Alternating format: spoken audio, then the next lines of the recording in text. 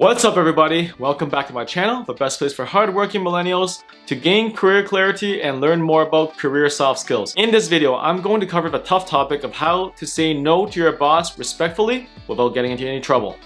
Make sure you subscribe and click the notification bell to receive regular updates on all things related to career soft skills. Also, join my Facebook group, Career Clarity and Soft Skills, where you can connect with like-minded individuals who are interested in maximizing their soft skills potential and gaining career clarity. Hi, I'm Dr. John Tam. I have a PhD in sociology from the University of Oxford, and I'm passionate about helping people gain career clarity and build soft skills.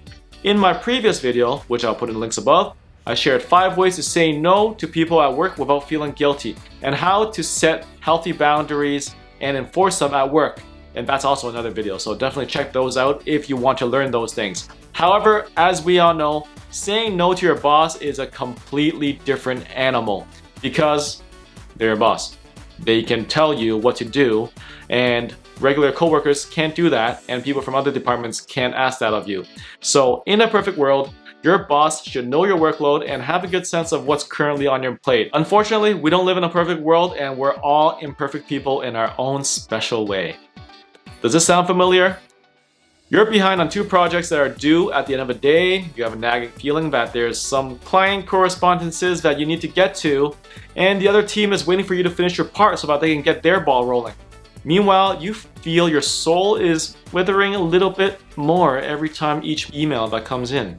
Suddenly, your boss calls you to their office and asks you to take on another project. You're at your breaking point already, and you really can't take any more. Why are you doing this to me, you may wonder, and that's really just the voice in your head, and because you will never say that to your boss. So how do you say no to the person who controls how you spend your work time? Most of us would just take it and somehow make it work for fear of repercussions. At most, it'll cut into family time or time with your partner, or maybe you'll lose a couple of hours of sleep.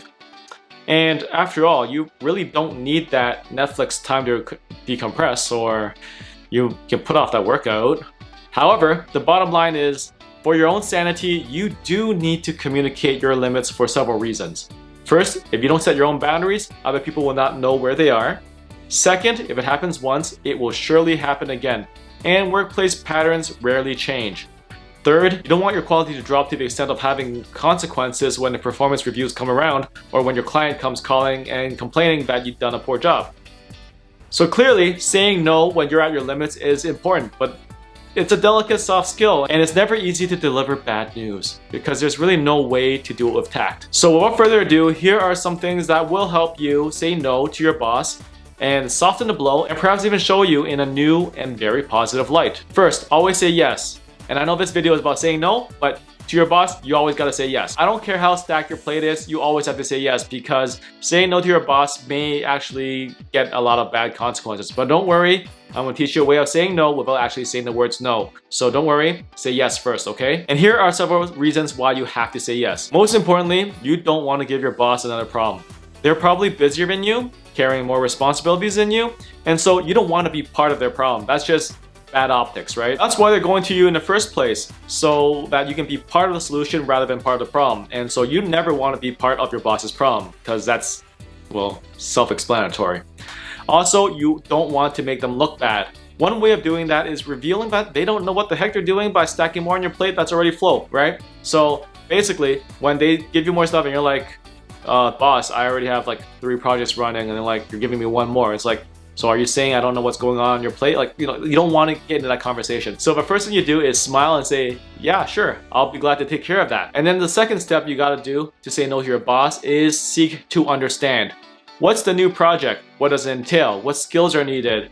How much coordination will there be with other groups? Because the fact of the matter is, when your boss gives you something, you may not actually know how much it entails, right? It may be a mistake on your part. You might think it's like, oh, a giant project, but it actually only takes like 30 minutes to take care of. In that case, maybe you will just want to get rid of it. But sometimes you need to get a gauge of the amount of time that you need to get things done. So definitely that removes any chance of a misunderstanding of you actually thinking there's more than there actually is, right? It might actually be a reasonable request. Second, and probably more importantly, it allows your boss to spell out the actual task. so that they can actually run it through their minds and actually make sense of what they're asking of you. Sometimes, despite thinking your boss should know better, they might not actually know what this work entails, right? Like they might actually not know what they're assigning you because perhaps they're not experienced, perhaps they're new, perhaps that's not their expertise, right? So for them to spell it out for you becomes extremely important for the next step to occur. And third, which is the next step, as in other videos, be direct about your current workload. Explain that you won't be able to do a good job because of the deadlines that you're currently working on. Therefore, you need to ask them to reprioritize the task for you. Say this: yes, I'll be glad to take care of that. Today, I've got task A, task B, task C scheduled for completion. To work in this new task B, I need to put off one of A, B, C. So how would you like me to reprioritize my work? This will let them know that you're a responsible individual that's on top of your job. It gives them an update on your progress and what you've been working on and the value you're bringing to the team.